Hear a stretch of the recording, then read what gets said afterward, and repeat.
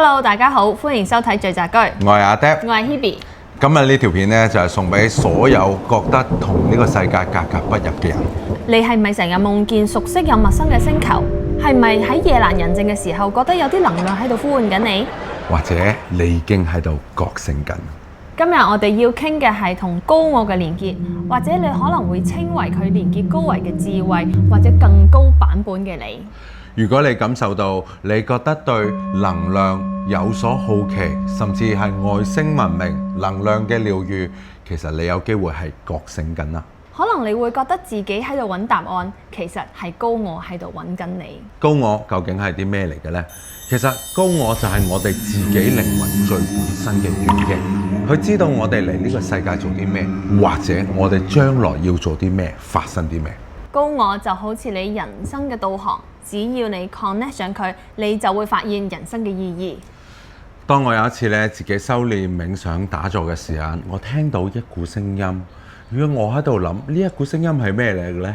喺一次我自己嘅練習當中啦，咁用靈氣啊、天語啊、打坐啊、冥想呢一啲嘅時間，我突然間感受到一股心聲，呢一股心聲就同我講：哦，你終於聽到我講嘢啦！喺嗰一刻，我就覺得，我就知道，我連結咗我嘅高我啦。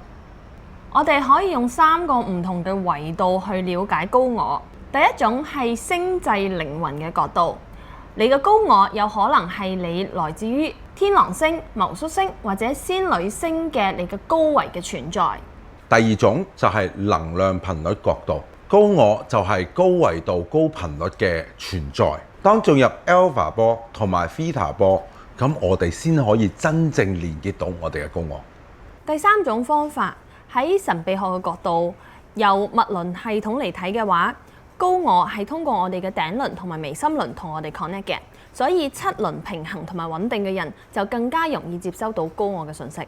咁連接高我哋有啲咩方法同埋點樣可以實踐呢？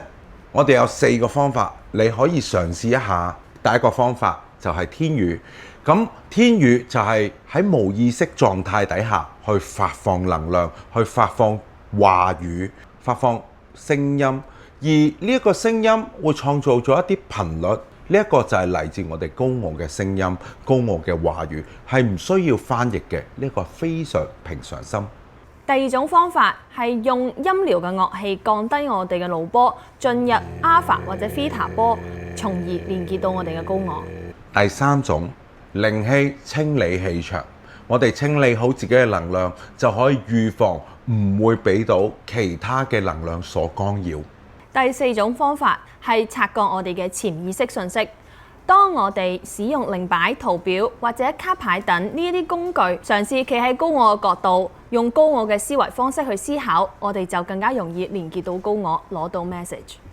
我有一個實質例子可以分享嘅，一個學員啦，佢40歲，係做一個建築師，佢就覺得佢自己係理性分析派嘅一個人員，佢會覺得佢自己唔夠靈性，佢唔會相信神秘學。喺我哋做天語練習嘅時間，佢整整10分鐘冇出過任何嘅聲音，連動作都冇。但係突然之間，佢發出一啲好激昂、好澎湃嘅天語，然後仲跪咗喺地添，眼裏邊通紅流眼淚，非常感動。我問佢咩事，佢話佢有一股聲音進入佢嘅身體，好似刺穿佢嘅身體。佢話我終於好似連結到佢自己嘅聲音、自己嘅靈魂，原來真係存在嘅。呢一個感覺唔係因為學咗啲乜嘢，係因為聯繫到乜嘢嘢。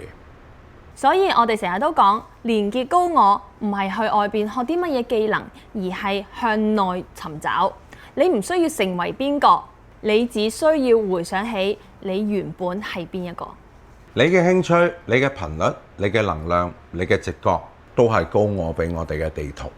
而聚宅居會定期舉辦天語頌缽音療嘅冥想，或者係靈氣課程、天語課程、PSS 課程，呢一啲嘅課程都可以帶領你、幫助你去回歸自己本源嘅狀態，連結你自己嘅 Higher Yourself。